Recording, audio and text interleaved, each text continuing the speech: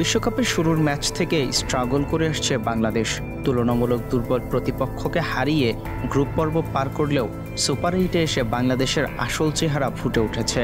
2 match খেলে 2টিতেই হার জুটেছে কপালে। সব মিলে বড় 3 প্রতিপক্ষের বিপক্ষেই হারের গ্লানি টাইগারদের। এমন হতশ্রী পারফরমেন্সের পর সংবাদ সম্মেলনে এসে নির্লজ্জতার যেন শেষ সীমানাটুকু পার করে ফেলল সাকিব আল হাসান। মাঠের খেলায় না পারলেও সংবাদ সম্মেলনে এসে কথার ফুলঝুরি ফোটাতে বেশ দক্ষ টাইগার ক্রিকেটাররা। সবশেষ ম্যাচে ভারতের বিপক্ষে লড়াইটা পর্যন্ত করতে পারেনি বাংলাদেশ। ফলাফল হিসেবে 50 রানের হার জুটেছে কপালে।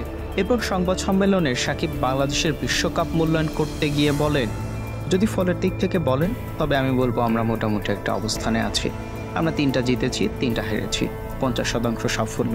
সেদিক থেকে খুব একটা খারাপ নয়। তবে বাংলাদেশ যে 3টি ম্যাচ জিতেছে তার 2টিই ছিল পেছন সারির দল নেপাল আর নেদারল্যান্ডস, অন্যটি অফ ফর্মে থাকা শ্রীলঙ্কা। বিপরীতে হেরেছে সামনের সারিতে থাকা দক্ষিণ আফ্রিকা, অস্ট্রেলিয়া এবং ভারতের কাছে। 2007 সাল থেকে টি-20 শুরু করে বিশ্বকাপের সবগুলো আসর খেলা বাংলাদেশের সন্তুষ্টি এতটুকুতেই।